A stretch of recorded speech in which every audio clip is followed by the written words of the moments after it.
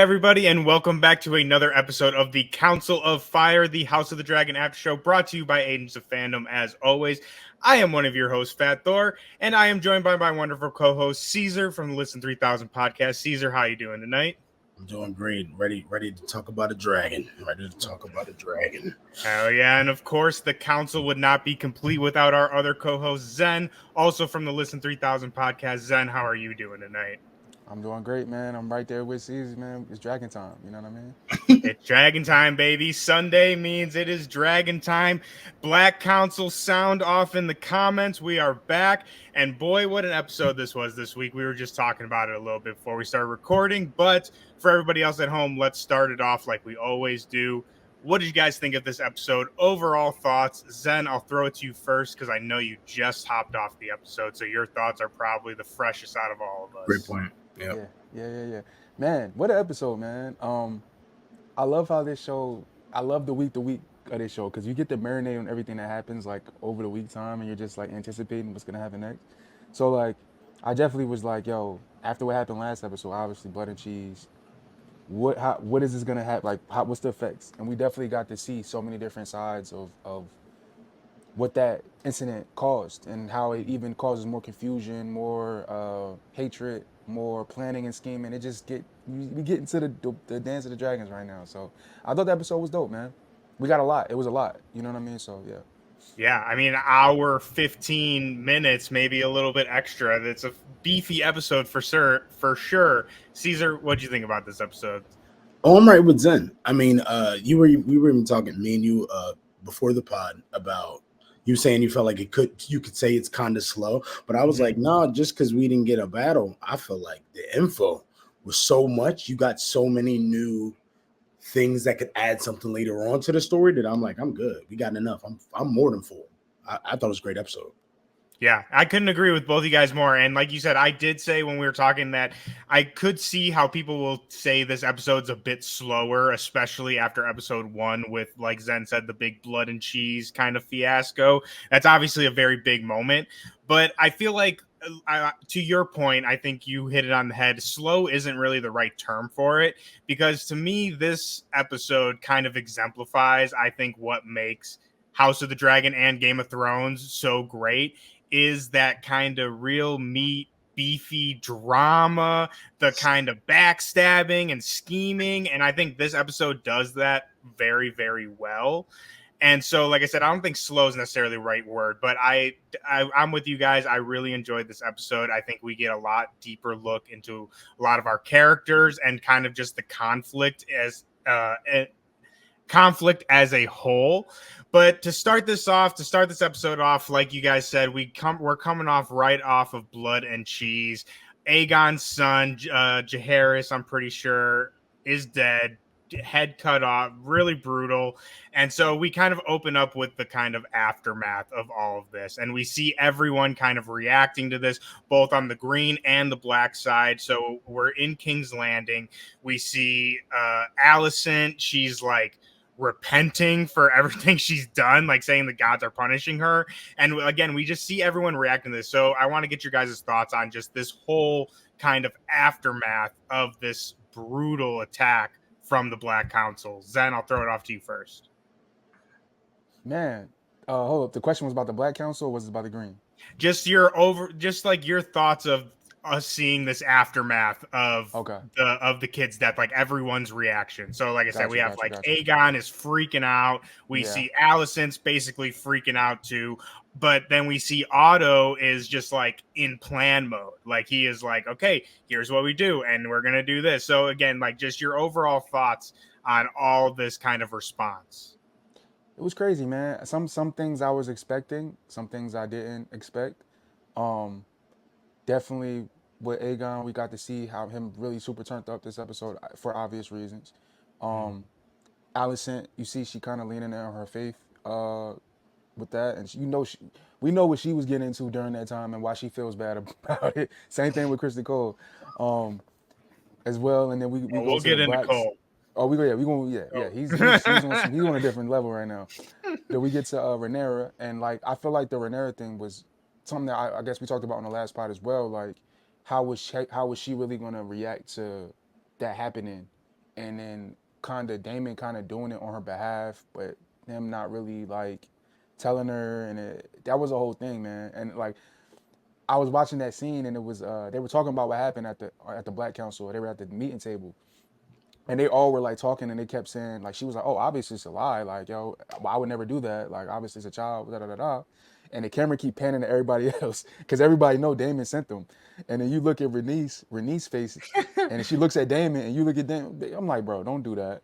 Like, he's trying to play it off. I'm glad the next scene was him telling her, because I'm like, bro, he could have easily been on some snake stuff and just been like, oh, I don't know what happened. I don't know who did it, but What? you know, Which basically crazy, is like kind of what he said to Rhaenyra. He's like, I don't know, like Low what? key anyway, right? Yeah, but Caesar, what was your thoughts of this whole again aftermath of the brutal retaliation by the Black Council? I don't know, man. I don't know if it was Zen or somebody else that said to me before that this show is just like really good, really well written, a soap opera with dragons and blood, I guess, because it's just so much mess. You know what I mean? Like I've first off, I really loved. I don't know the actor's name, but whoever plays Aegon, he got busy this episode. Like I think it was Mark. Shout out to Mark from Agents of Fandom. I think he just said he just tweeted something I just liked, where it was like he might have moved up into the top 5 of characters. I'm like, I like him because I don't know, but anyway, I just really enjoyed his performance a lot. Like it showed me a different side of him that I didn't think we were going to get outside of just seeing the trailer where he was gonna get crazy like that. But outside of that, I don't know. It's interesting because I said the soap opera thing because then you go to Otto where it's like this man low-key got no heart at all. Like that's your grandson at the end of the day, bro. Yeah, he's like, this is gonna be great for us. It was like eventually that's kind of the air anyway. Like if you want to play it that way, so it is interesting that he was just like, hey, this is a win. Let's get to it. I know he died, but yo, somebody posted a meme I seen. They said he was on his Kris Jenner. Like they took a lemon and made a lemonade. No, unfortunately, yes. That's exactly in the authority for the parent figure. That's a good one. That's true. Yeah, but honestly, it was just dope to see all the different sides kind of have to try to figure out how to react to this because Aegon is ready to do something stupid, and we'll probably see that soon. Yeah. And we were talking about this, me and Caesar, before we started recording when we were texting. And I really feel like this is kind of a theme throughout the entire episode with everybody, but especially in the Green Council. It really feels like this is the moment that all of them realize, like, oh, this shit is real. Like, this is not, I think up until this point, Aegon thinks like whether or not it's going to come to blood, they're just going to wipe them out easily. Like in last episode, we see him. He's like, yeah, we have Vhagar. And like, what the hell are they going to do? Right. And I think Alicent, again, like we talked about last episode, I think she's still, some part of her thinks this can be resolved. Like Rhaenyra will bow to Aegon, like realize, this is not going to go the way she thinks. And like things can be peacefully resolved. But I think after Blood and Cheese, we see everyone come to the realization, like this is not going to end any other way than us being killed or them being killed. And so again, we see Alicent, she's like repenting to the god, like saying the gods are punishing her for all the things that she's done. And I think something else that's really interesting that we talk about, like with Otto, how he's like in plan mode, I think we see still Alicent is still very much under Otto's heel. And like maybe not necessarily under his heel, but like she's still doing what daddy says, right? And like when he tells her like, oh, we need you and Helena in the back of this funeral, and she's like, I don't want to. And he's like, well, I don't give a shit what you want. And it's exactly the same as when she was a kid. So I think, again, going back to like, while I'm live or die Team Black for sure, I do feel for Alicent in some aspects, right? And I think we see glimpses of that and like her still stuck in this same position as she was as a child of being used as a pawn, even though she's the queen, right? Or like the dowager queen, whatever you would call it. But another point I wanted, before we move on to our next point, I wanted to bring up very quickly that you hit on, Caesar, is the performances in this entire episode. So good. And I think especially on the Green Council, we get a lot more of the Green Council this episode. And again, the kid who plays Aegon really, really good, especially like where he comes from season 1, which it's like I'm not discounting all the bad shit he did in season 1. He's still a bad dude for sure. But we like, I mean, you just said, top 5, right? Like, he's getting people to sympathize with him. So that just shows how great of an actor he is. Seriously. Also, Otto went crazy. Dude, And I yes. said you that might be his. That good. might have been that scene where he went crazy on Aegon. To me, in my opinion, might be his best performance in one scene in the whole show so far. Agreed. Like, the only one that could agree. really battle it would be the one where he got fired the first Yeah. time, and My he man talked got to his fired daughter, and he was twice. like, "You need to watch out." That's the only one that could compare. But this one, he went nuts. Yo, he went off. We'll get into it for sure, but I think that's the performance of the episode, I think, for sure, among all great performances. Mm-hmm. And this isn't really a topic of discussion. This is something I just kind of want to point out before we get to our next topic of discussion very, very quickly.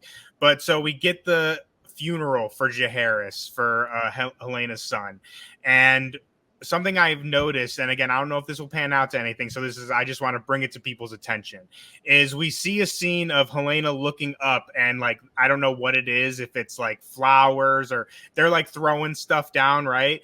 And it seems like she's having another one of these visions when this is happening, right?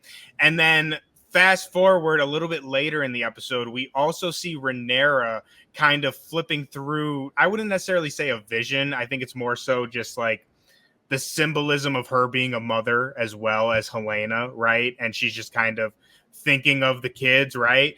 But we see her look into the windowsill, and we have like the dust flying in the light of the window.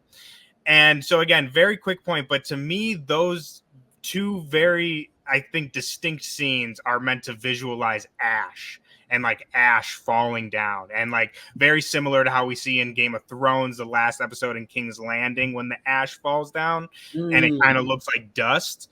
So I again, I don't really know what that means, where that will go, and I wouldn't want to spoil anything even if I did. But I just thought that was very interesting, and I think that's a very deliberate kind of visual choice that they were making. And I think Helena was having some sort of vision during that, which added to her freaking out. I definitely agree with that.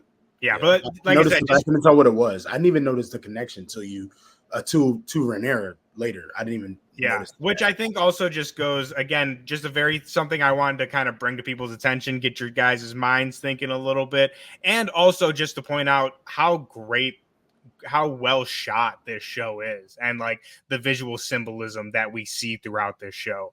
But moving on to another main point of discussion for this episode, we get Rhaenyra and Daemon, and they're kind of another great acting scene of them just kind of not necessarily going at each other, but again, going over what just happened with Blood and Cheese. I mean, it was kind of going at each other too. Yeah, Rhaenyra is pissed. Rhaenyra was pissed. So I want to get your guys' thoughts on this before we kind of get to some of the more gritty details of it.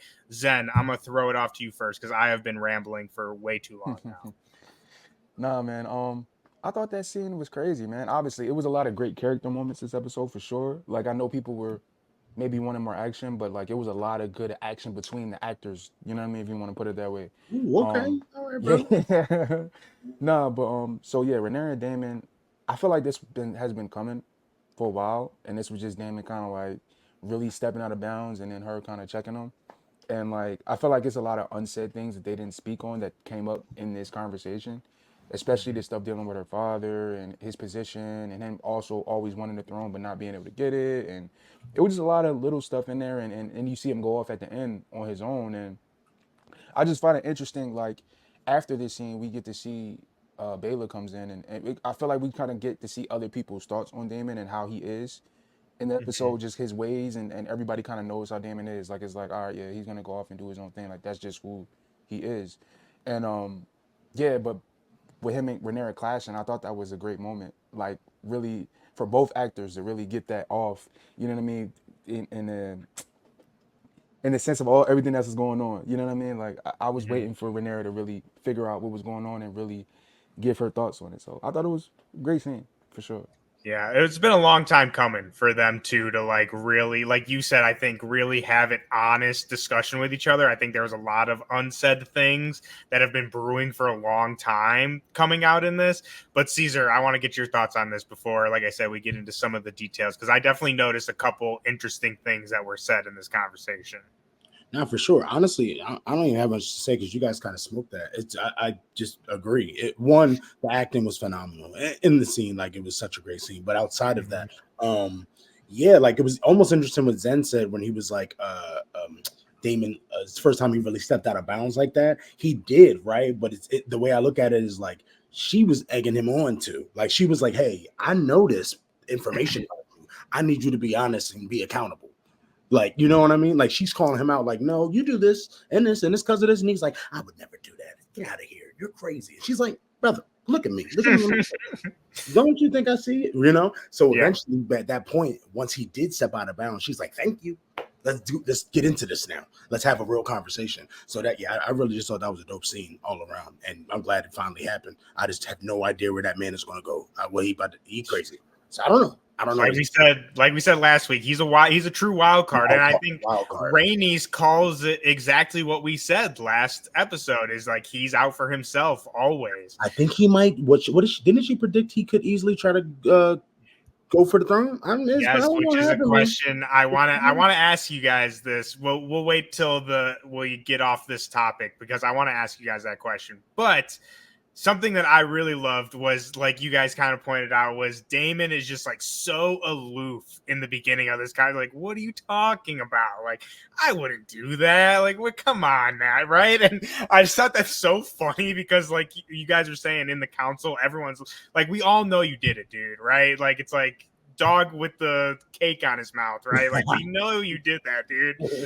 But something which kind of goes to what the other question, which you were just saying, I think this is kind of a big theme of this episode, at least to me, and as it pertains to the Black Council and like where they're at right now.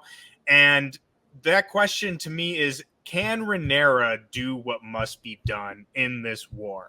And Daemon brings up this point of saying like how her father Viserys was weak and was known as being weak. And we talked about this in our recap, how Viserys is remembered as being a peaceful king and like he ruled over like one of the longest times of peace. So he sees that as weak, and he thinks Rhaenyra is just as weak and is not willing to spill the blood that's necessary to win this war, which, while in this scene, in this conversation, I'm on Rhaenyra's side.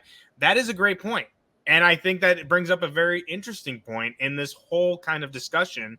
And we see even later on with fast forward later in the episode when we get the White Worm, Missandei, Mysaria, whatever her real name is, when she comes back and she lets her go. And that was a very, like, to me, I don't want to say a stupid decision, but like, you do not need to do that. That was a very like, I am a nice person decision. You know what I mean? Like, I'm doing this because it's the right thing to do, which is not always what you need from a ruler. So my question on top of all this, again, do you guys think that Rhaenyra is willing to do what needs to be done to win this war, or do you think that she's weak, like Daemon says? Caesar, I'll throw it off to you first. I'm gonna be honest. Maybe I'm too Rhaenyra gang, but maybe in some episodes I'll find out that I shouldn't be on this side. But I personally think that I don't know. I get a certain a fire from her that I feel like we all can see that her dad didn't have, and that part of her makes me be like, I think she's just playing a long game. Even when it came to the White Worm,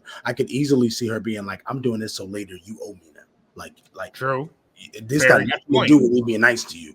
I'm gonna need you. And when that happens, you see that I got you. So, like, to me personally, I think that when the time comes, in her opinion, now she could be wrong and make the wrong move at the wrong time, right? But like, I think she's going to be ready for it. I just think that she don't feel like it's been time yet, which I might agree with. Honestly, he's making it worse. If it wasn't him making it worse, she'd have been able to chill for a sec, in my opinion. True. That's a great point, Caesar, that I didn't consider. Zen, what do you think about this? Man, I feel both sides of it, but because I look at it like this, like I feel like Rhaenyra seems like she seems to me like one of the only ones that's able to look at a bigger picture of what's going on right now, especially with her knowing the prophecy and knowing certain things that a lot of other people on the show don't know. Then you compound the fact that this is a family war, She's literally fighting her brother for the throne, and her best friend is the mother. Like it's like a lot of like intricate things that can make that situation complicated.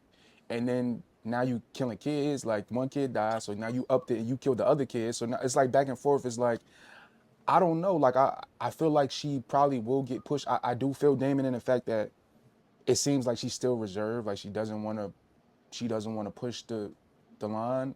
Mm. But at this point, they putting the death of the kid on her. Like it's crazy that I feel like they didn't really talk about like a lot of that this episode, at least on the green side. I don't know if they know how bad it is, how much they putting Good it point. on Rhaenyra. You know what I mean? Mhm. Like they literally is like, yo, she did it. Like it's Yeah. like she did it. You She know what I might mean? as well So, have had the knife herself. and did it exactly. So like I do feel like eventually she's gonna have to step it up, but Hmm. I feel like it'll happen in due time. You know what I mean? But I don't know, man. Yeah, I It think could that's a go either great way. point, and I'm Either 100% way. with you. I think, like you said, when the time comes, I think she will step it up. But for right now, she's playing the bigger game, right? I think again, you hit it on the head when you said like she can kind of see things other people can't, and I think that is a big part of her character. And it's just very interesting to see because in the book, at least, again, not a lot is like known of the intricacies of this, but Rhaenyra, at least from my perspective, is portrayed a lot more. I don't want to say bloodthirsty, but a little bit more ruthless. And so I really enjoy seeing in the show. It's a lot more with everything. It's a lot more complicated than, it seems on the face. So like history remembers that they just retaliated again, and killed that kid, right? But we didn't see her going at Daemon and like all the repercussions of that, which again, this show is harping on because I think that's the thing that we don't know. You know what I mean? We know that the kid got killed. We don't know what happened behind the closed doors after that. And speaking behind closed doors, that brings us to another point, which kind of sets the big climax of this episode. And something we alluded to earlier is Criston Cole. Criston Cole. I feel like we're gonna have a lot of these conversations as this season goes on about Criston Cole, but I hate that guy. But so he basically comes up. So, go ahead, Caesar. You got something? You're muted. I think we can't hear you. Sorry, I was so excited too. I was so excited. Yeah, you're good, dude. The way that we felt when Littlefinger died, It's gonna be. I'm gonna feel just like that. It's gonna be just like that. It might not be that long, like it might not take that long. So I'm gonna get all the feels, but I'm ready for him to go. I'm gonna dance on his grave, like not like us. Yep. Well, looking at all the memes coming out after this episode, you are definitely not alone, my friend. So this is going to be kind of just Criston Cole over the whole episode. But something else I have to preface before we go forward is we talked about them, I think, in our recap. But so he approaches one of the knights of the Kingsguard, Sir Eric. And so Sir Eric, Arryk, has a twin brother, Sir Eric, with an Erryk, right? And so Eric, the one we're talking about right now, he's on the Green Council. And then there's a one on the Black Council as well. They're on opposite sides, right? And this will probably get even more confusing as we talk about it, but we'll try to keep it straight for you guys. So Criston Cole basically blackmails this dude and is like, yo, your brother's a traitor, so you're a traitor. And he basically blames his own failing, like his failing to protect the king's son, on this dude so that he will go kill Rhaenyra. And they come up with this whole scheme of him taking his brother's place and he's going to go kill Rhaenyra.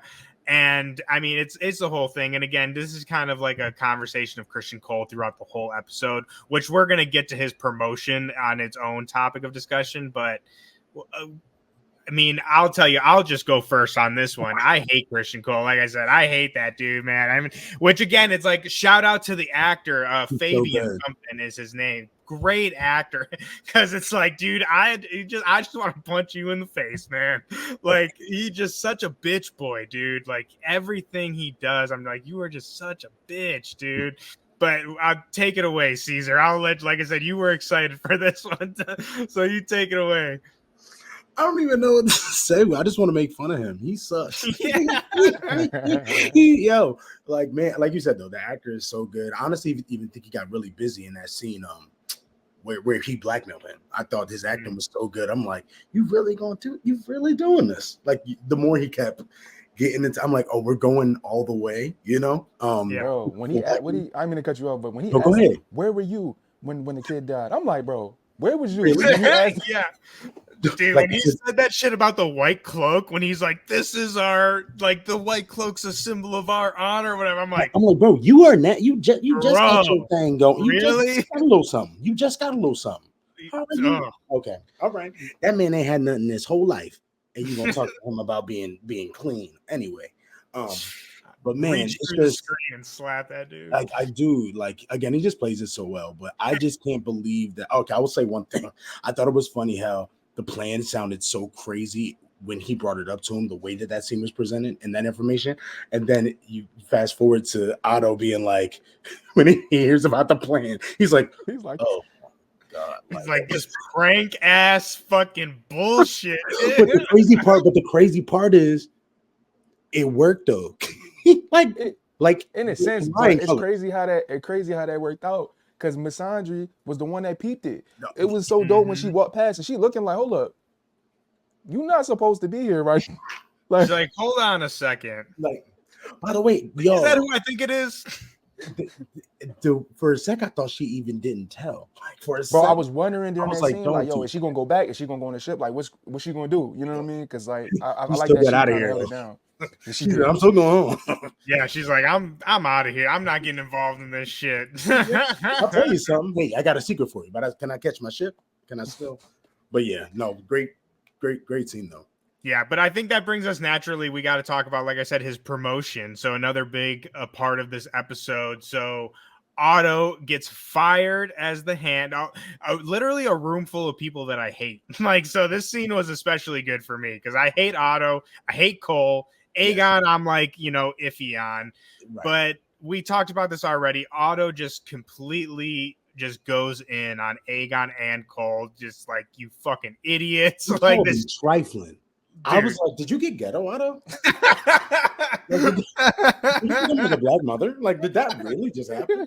He threw out some really good ones. Really good ones. Yeah. Bro, he was so mad. And then he was mad, disgusted. He was like, bro, when he told him the plan, and he was like, y'all really think this plan gonna work? Like you and y'all didn't think to run it past nobody else? Nobody. Nobody. Yeah, just on your own little time. That's what y'all doing when y'all sleep. When we sleep, y'all overcooking us. Dude, that whole, like I said, this whole scene, I love the whole thing. I love Otto going in on them. I love Cole's reaction. So, like I said, Otto's going in on them, and Aegon makes Criston Cole his hand, the new hand of the king, and. Again, going back to that Fabian dude's acting, because he's so good. When he throws that thing and he's like, "You're gonna be my hand," he's like, "Your Grace." Like, I thought he was gonna kiss him on the mouth, dude. Like, he was so happy when he said that he was gonna be the hand. Like, it was so great. And something else I want to point out, going back to that Aegon. Sorry, I cannot remember the actor's name, but such a great performance from him in that scene as well. Like him. Yeah. Not only reacting to Otto, but like keeping his cool. And speaking of funny ass one-liners, I gotta bring this up because this I thought was hilarious. And when you were saying when Otto's just like going in on him, and he's like, "You guys are fucking idiots," and he's like, he makes him the hand. He's like, "You dare?" And Aegon goes, "I don't just," he's like, "Oh, I dare, and I find it stimulating." And I'm like, dude, what? I'm like, what, dude? Run that back real quick. You said what? And it was just so funny the way he said it. I'm like, dude, this dude is fully fucking torqued right now. And same with Cole, dude. Cole is right there with him. But it's low-key a room of people that need to go like figure out some stuff. Yeah, it's just the energy on all three of them are just thirsty. One is thirsty for death. One is thirsty literally because like he's thirsty, Cole, and then the other one is thirsty for the throne to an extent. I mean, you know what I mean, like thirsty to for the power. his claim. So it's just they all need to go like figure out their own personal. Yeah. But all jokes aside, we're joking about this, but all jokes aside, this is a huge thing. Like, Hand of the King is the second most powerful person in the realm. And now that person is Criston Cole, bitch made Cole, like we were just talking about. So what are your guys' thoughts of Criston Cole now being the Hand? What do you think he's going to do? What is Otto going to do? Zen, I'll throw it off to you first. All right. So I really thought my man, the feet guy, was going to get it. I thought, what's his name? Larry Strong, yeah. I thought he was vying for the Hand of the King, low key. I felt like he was planting seeds last episode. Obviously didn't work out, at least not yet. But I'm like, when he gave it to Cole, I'm like, dang, I thought my feet guy, because he was, he got his ear to the streets. But he does. But with Cole, like, I don't know what Cole gonna do with this position. Obviously, you see already making mistakes. Like, that last plan he had ain't work out. So I'm like, I don't know what's his next plan gonna be. I don't know. I feel like he gonna need to consult some people to consult Aegon. You know what I mean? For that to work. I feel like Cole is just like a psycho. Like, I mean, there's a lot of people in Game of Thrones that are psychos, right? But Cole, in the sense of like, he is just like doing shit. That man's eyes out. That's right. Like, it's so impulsive, and like he doesn't know what his plan. Like, he doesn't have a plan. He just like finds himself in these positions and is like just using violence or whatever means necessary to stay in that position. And like we see that where he blackmails Eric, and excuse me, now he's the Hand of the King. Like, I'm scared of what this dude, because he will do some messed up shit to maintain that position. But Caesar, same question. What's Otto gonna do? What's Cole gonna do now that he's the Hand? He has this power. I don't know. Yo, Cole getting it. You wanna know what's crazy, y'all? I could just be thinking too deep into the character, but the way that the character comes off, I don't even think he's ever in his life cared about any position of power. I think he literally is moving off of emotion, and it worked out to the point where now he's the Hand. Yeah, like, literally. That's why he reacted like that. Like, he was like, me? I'm just killing people for the love of this, because I love your mama. Nothing to do with you. Bro, you know I've been waiting for somebody to put that out. I hope they find out that because that gonna make Aegon even more wild. I'm waiting. I feel like they're teasing that somebody gonna figure it out, because they keep being so nervous anytime that it's brought up. But Allison's like tweaking, dude. She's like, "Did you tell anybody?" So like, and y'all when she talked to Helena, she was like, "So what you saw that night?" And she just was like, "Yo, I'm not gonna worry about that right now." Like, shit, Mom. She said she's probably gonna leave it for later. She's like, I don't even need that information right now. But no, man, I really don't know. Again, he's just a wild card. I feel like he's going to make it way worse for them. Having him and Aegon together planning things is the worst decision yet. So I genuinely have no prediction for what he's going to do besides cause chaos. But I will say for Otto, at first, I don't think I changed my mind once I saw the scene of him talking to Allison and them going over like what he should do now. But before that, and he just got fired, my first initial was like, he could slide over. He could slide. He could slide. Yo, that's a thought. It might not happen, but if it happens, though, oh my goodness, what a game changer if he does. That's Kevin Durant on the. No, it's not. But you know what I'm saying, though. It had so much. It had so much. If that were to happen, but still could. That's my only prediction, really. I mean, he's the main playmaker over there for sure. So I'm very interested to see whether he flips or not. What the Green Council is gonna do after this? Because I mean, who the hell's calling plays now? What's it called, Lannister? Come on now, bro. Come on. No, it's Cole. It's Cole. Yeah, true. Cole. And the first thing he's gonna do, he's gonna probably change the law so that all the knights can have sex now. He worry about other stuff. I say he's freaky, bro. He's freaky. He pulled up in the room with the first time without the guard. He was ready. You see, I got a different outfit on. Yep. bro. I hate that man. I cannot wait to see bad things happen to him later this season. But something else we have to talk. We're getting close on time here, but something I have to bring up very, very quickly. Again, this is kind of just not much to discuss here.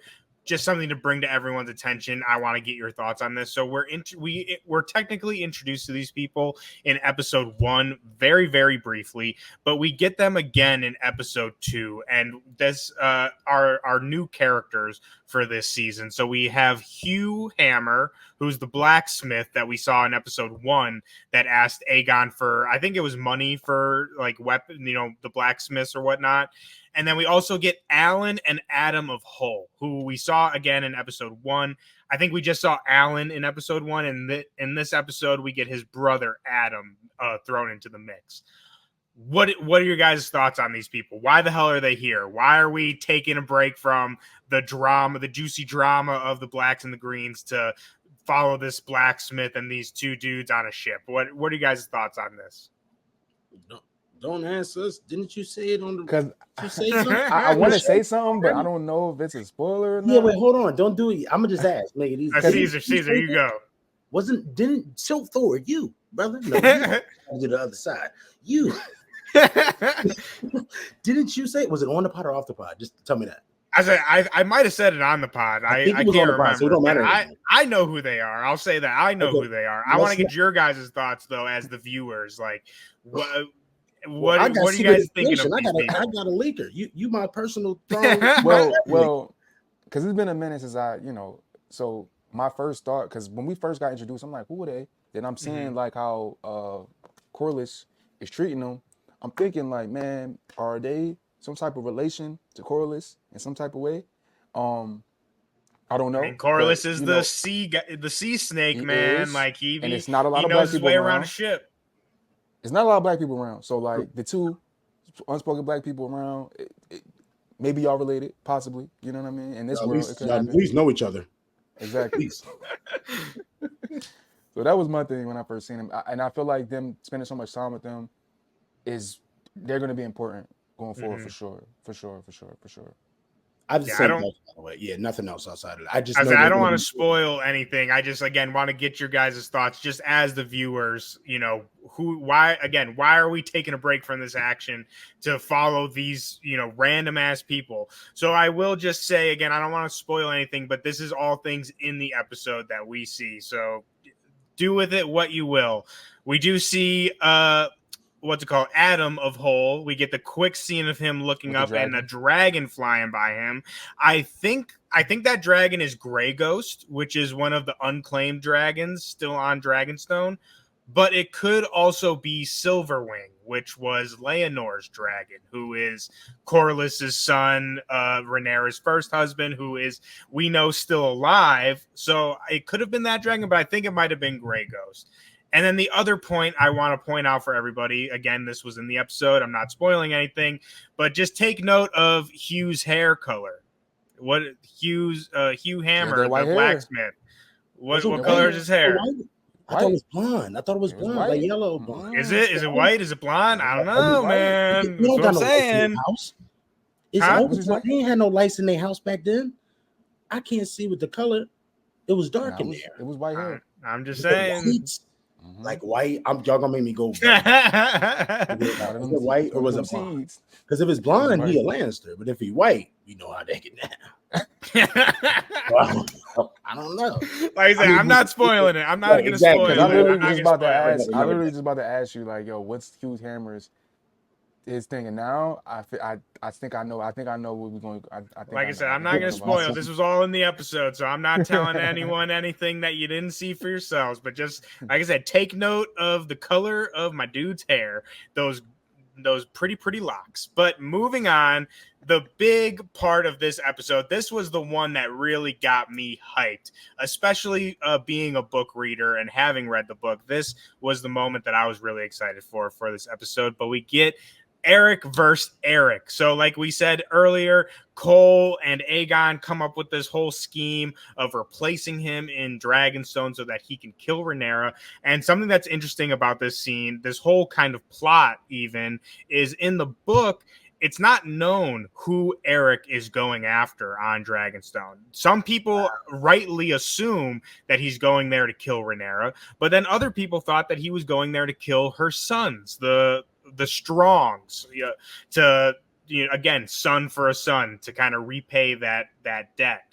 But here we see flat out that he was there to kill Rhaenyra. And not only was he there to kill Rhaenyra, but the whole battle between them takes place right in front of her, like almost over her, right? Which I thought was so cool. But we get to the end of this and they both die, which if you guys are really hardcore Game of Thrones nerds, you will remember that you should have actually already known this, because we actually get a mention of this in the original Game of Thrones series from Sansa. This is actually a very famous song of Westeros, of the story of Sir Eric and Sir Eric, the two brothers who kill each other. And Sansa refers to this in one of the Game of Thrones episodes, very early, like season 1, season 2. But these are the same people. This is the song that is written about them. That's and great. So before we get into some more of the nitty-gritty details of this, I want to just, again, get you guys' overall thoughts of this battle, the kind of tension between who is who is Eric, who is Eric, what is the difference, right? What are you guys' thoughts? Zen, I'll throw it off to you first. What were your thoughts of this battle? Zen, can you hear me? Okay. Oh, yeah, I can hear you. All right. No. I thought it was crazy, man. I was anticipating it. Obviously, once he touched down on they were in Dragonstone, right? Mm-hmm. Once he touched down on Dragonstone, we seen him walking up the thing. I'm like, all right, this is about to happen soon. So, yeah, that battle was crazy, man. The whole time I'm thinking, like, Rhaenyra, run, Rhaenyra, like, get out of there. Because it's getting crazy. Like, he really was out there for her. And I'm like, I was hoping that they could come to some type of resolution. Like, yo, bro, you don't got to do all this. You on this side now. If you want to stay on this side, you can stay here. But I don't know, man. It just sucks that they got put in that position as family, you know what I mean? And then you got Cole gaslighting the situation, instigating, putting him up to it. You know he didn't want to do it. You know what I mean? But it just sucks, man. It was sad. And then it was a sad situation. Yeah, and then the big part I didn't even mention, which again, your thoughts on it as well. Eric killed, so again, it's very confusing, Eric and Eric, but the Eric from the Black Council who's trying to protect Rhaenyra wins the fight and then kills himself after his brother is dead. So, Zen, do you have any extra thoughts on that point as well before we get Caesar's thoughts? Just again, that it was just a sad situation, man. I wasn't expecting them to do that, but I'm like, dang, like they already had this. It probably already was crazy with the family. I don't know how much of their family is still living, but like them just already being separated. You know what I mean? And you could tell neither of them wanted to take it that far. And I still personally don't think they had to, but like, it just sucks, man. And Rhaenyra seen the whole thing, and it just, again, like, I'm looking at her probably thinking like, yo, this all result of our family issues is spilling out to other people, and you know what I mean? It just sucks all the way around. Like, you're just seeing more of the casualties of what this Targaryen thing is doing to everybody now. You know what I mean? Yeah, the other families affected by their family bullshit. But Caesar, what are your thoughts on this battle before I nerd out on some more of the dirty details? They like the Kardashians when you put it like that. but no, seriously, it just was unsaid. It was sad to me. Like I liked the dynamic of them. Like you could tell that every time they see each other, it's like, damn, you know, like it's like, I don't even like that. I got to see you over there mutually. You know what I mean? And yeah, I agree with Zen. I don't think it had to go. There was so many. It was a couple, at least 2 or 3 points in the fight where I'm like, is it now? Like, are you gonna stop?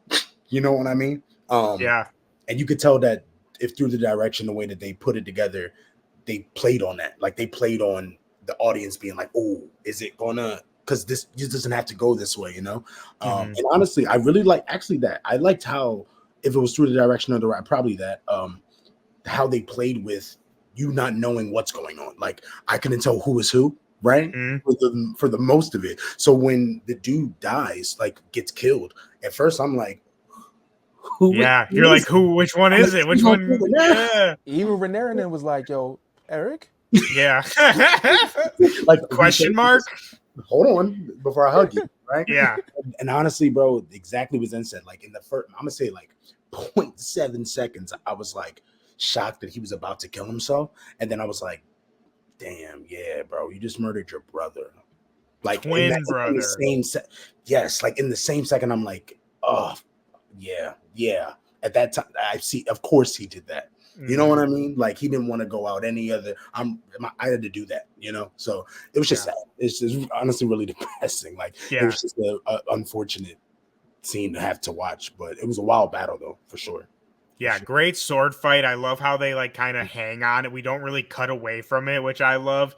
And again, to your point too, I love the way that they played with the perspective of the audience. Like even before they get to Rhaenyra's room, like you get like very quick cuts to where it's like, oh wait, which one is the and like the one that I thought he's walking through the room with the painted table. Like they did a very quick cut before that, and when you're like, oh wait, is this which one is this now, right?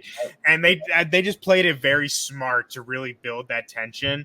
But I mean, again, to what you guys said, it's just super sad. I mean, you can see why the people of Westeros wrote a song about this, and it's like famous in this world. And something I want to bring up is so again, this in the book and in the Westeros world is kind of a famous story, the two brothers who kill each other. And something that's interesting is so there's kind of conflicting stories about this in the book. And with one side saying that the brothers both said that they said they loved each other before they unsheathe their swords and start going at it. And basically it ends with both of them delivering each other mortal wounds, and then they die in each other's arms. And like that's what the song is sung about, right? But then you have another perspective, which people think is more likely, and that is that the one brother dealt a fatal blow to the other, and then right before he died, grabbed his cloak, stabbed the other brother, and then basically they died cursing each other as traitors, and they were cursing each other as being betrayers. And then so again, confusing, but the Eric from the Black Council survives for 4 days afterwards. And it said that for those 4 days, he just cursed his brother as a traitor. And so something I think is interesting is we see here kind of both of those are a little true.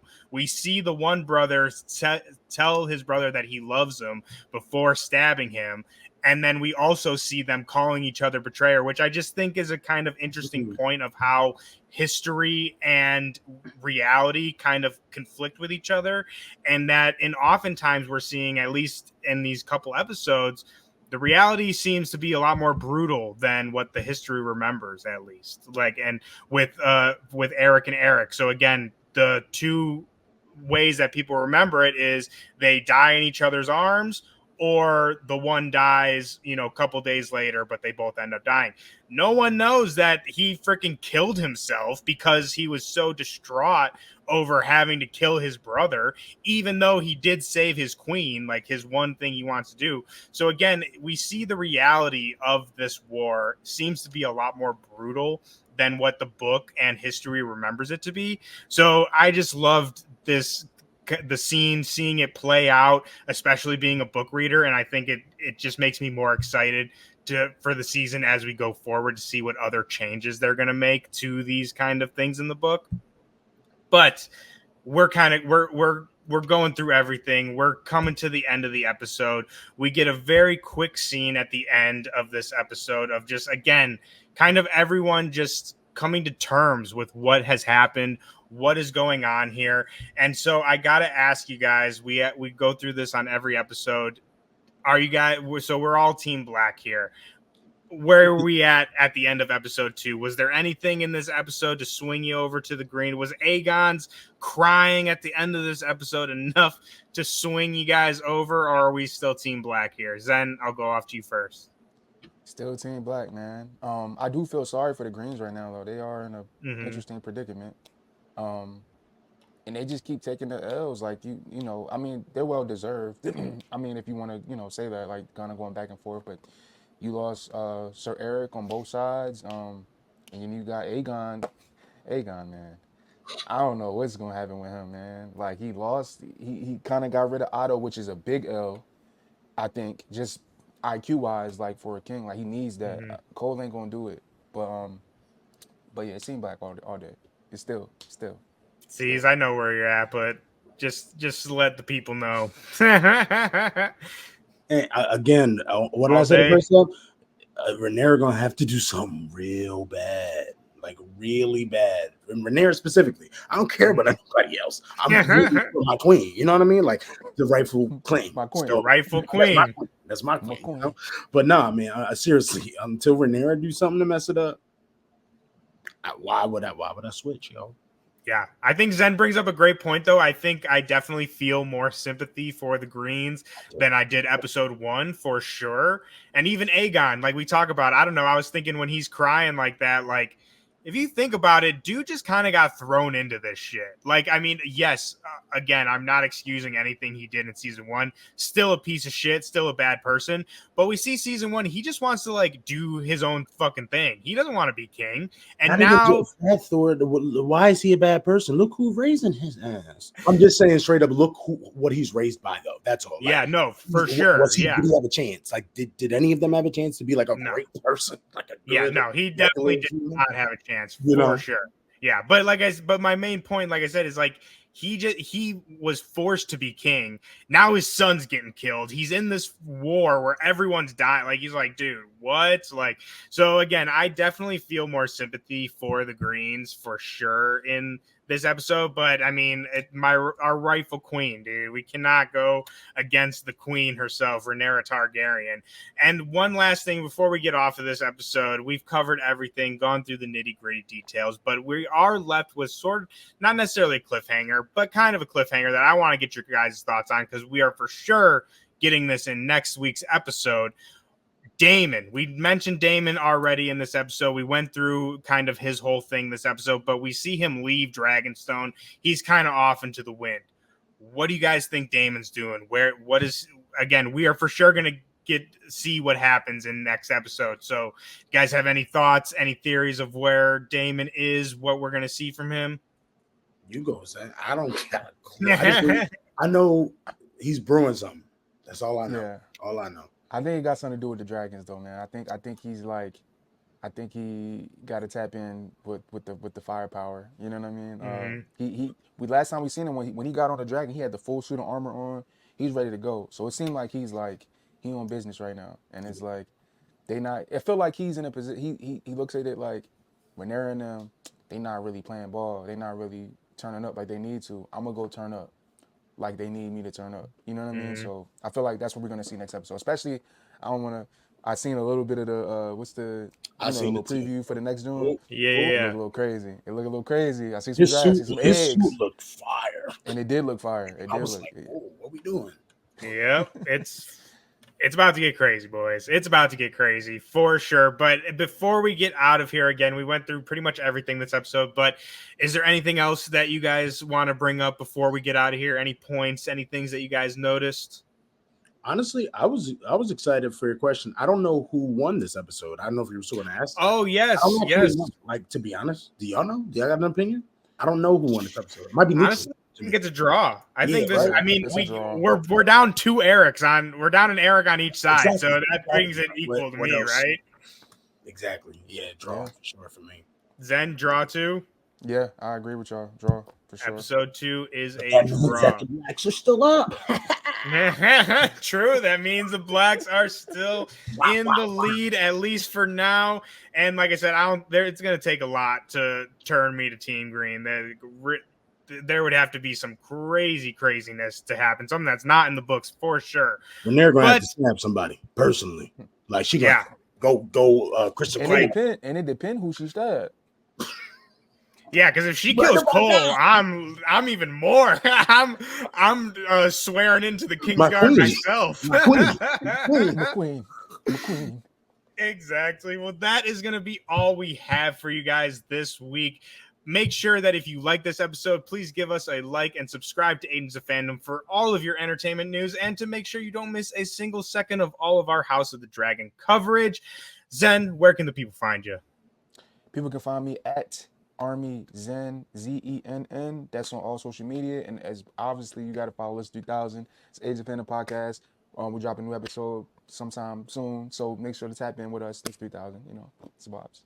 Absolutely. Caesar, where can the good people find you?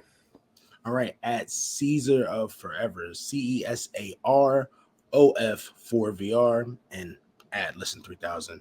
What Zen said, you know the vibes. Absolutely. Go follow Listen 3000. Once again, go follow and subscribe to Agents of Fandom so you don't miss any of our coverage for House of the Dragon. Thank you all for watching, and let us know in the comments, what did you think of this episode, and also what side are you on? Are you on Team Black or Team Green? Let's talk about it. Thank you all for watching, and that will be the council adjourned for this week.